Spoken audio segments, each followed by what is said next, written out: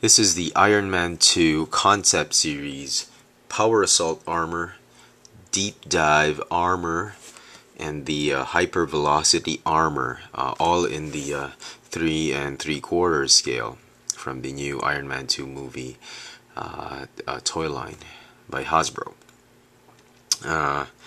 They're interesting figures. I happen to like them a lot. I like the concept series ever since the first wave of figures for the first movie came out. I love the concept series. I reckon these armors will not appear in the movie. I hope they do, even if they're just part of the Hall of Armor. But I reckon they won't. They're probably brainchilds of the Hasbro designers. I'm not exactly sure if they appeared in the comic books. I haven't read as much Iron Man comic books as some other comic book fans. But you can just tell me in the comment section below if you've seen these armors in the comics. I kind of remember the Deep Dive armor. I'm not sure. At any rate, they're interesting figures. Are very nice. Perhaps one of the best figures in the toy line. Let me just go about the packaging first and just get it done and over with. They belong to the Wave 1.5 of the series. The Power Assault armor is the number 4 figure. Deep Dive is the number 6 figure, and the Hypervelocity is number 5. All of them come with the armor cards at the back, as you've probably known by now. The armor cards are 3 different cards that make up, which have parts of the armor printed on them, and you can form the armor by stacking them up, or you can mix and match the armor cards to form your own customized armor. Each of them share the exact same posability or articulation: ball jointed heads, ball jointed upper torso, hinge ball joint shoulders, hips, double jointed or double hinged knees, hinge elbows, and swivel forearm, hinge ball joint ankles. Very articulate, perhaps more articulate than the Marvel Universe figures. And the design, the sculpt that the designers have really done on these figures are just amazing. Now each one of them comes with his own ginormous projectile gun, and each one is loaded with a missile. I have not actually put on the missile for the Power Assault armor and the Hypervelocity armor. I just think they look cooler without the missile. I have, however, put the missile on the Deep Dive armor because of its color and its shape. It looks like a lightsaber. Sort of like an underwater harpoon or some of sort. So I thought it was pretty cool to have him on it. So there. Let me just get rid of the packaging. For now, let's focus on the figure. Let's begin with perhaps the weakest of the 3. This thing back. Let's start with the Power Assault armor. The armor is an interesting armor.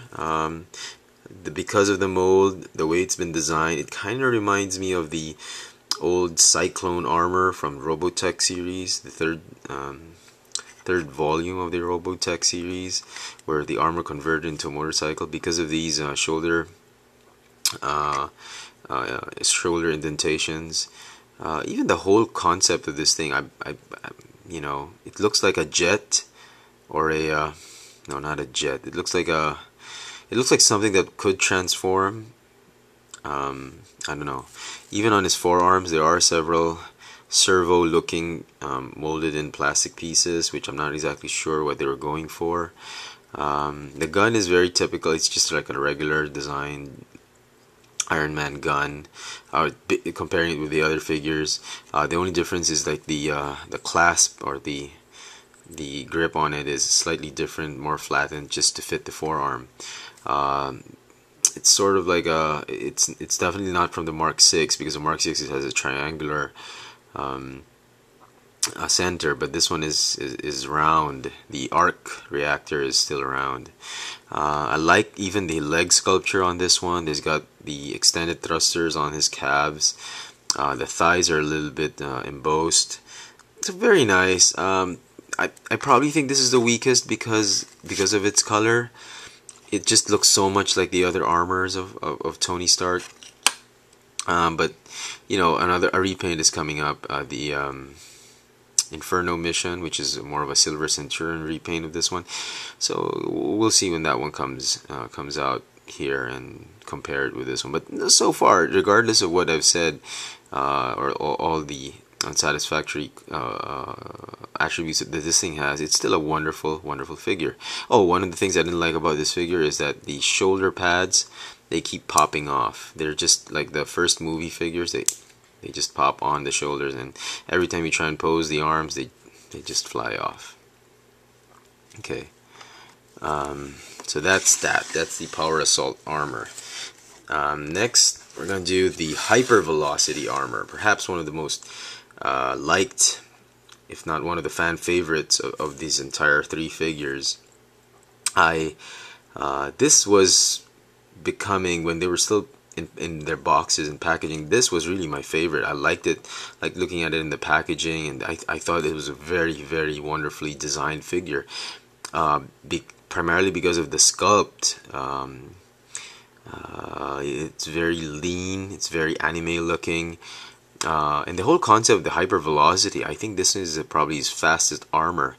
And I like the color, I like the bronzed maroon color of this particular figure. It has a circle arc reactor, and even the colors of the repulsor lights are just amazing, just bright blue. It's got a mean looking face. I like this one as compared to this one, who has sort of like a docile looking face. I think it's the way the eyes have been painted on this one. They're a little bit drooping.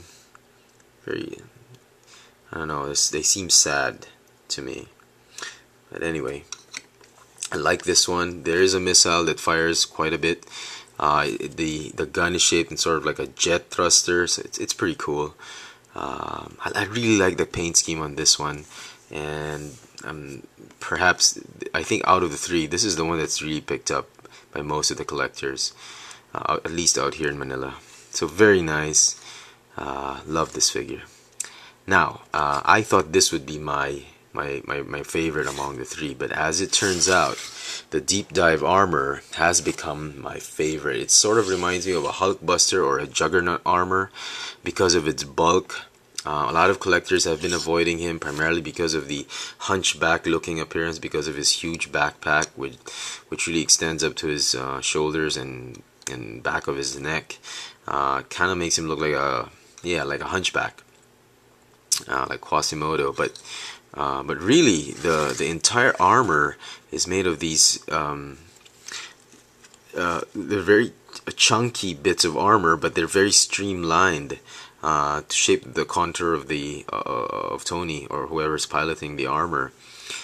And the whole idea of the purplish, bluish, neon yellow color scheme is really working for me. I really love this armor. Despite the lack of articulation of the swivel forearms, I still think there's so much posability you can get from this armor. The double joint on the knees is really more pronounced than compared to the others.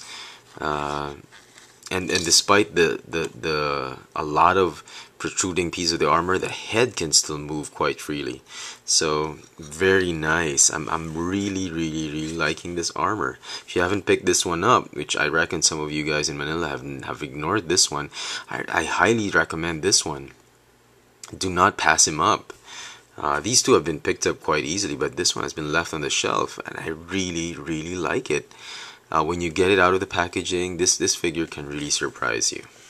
So there you go, the three concept series armors from wave 1.5 of the 3 3/4 figures from the Iron Man 2 movie toy line. I hope this video has been very helpful to many of you who've started collecting the Iron Man 2 toy line. So there you go. Once again, the Iron Man 2 Concept Series Power Assault armor, the Deep Dive armor, and the Hyper Velocity armor. Thanks for watching.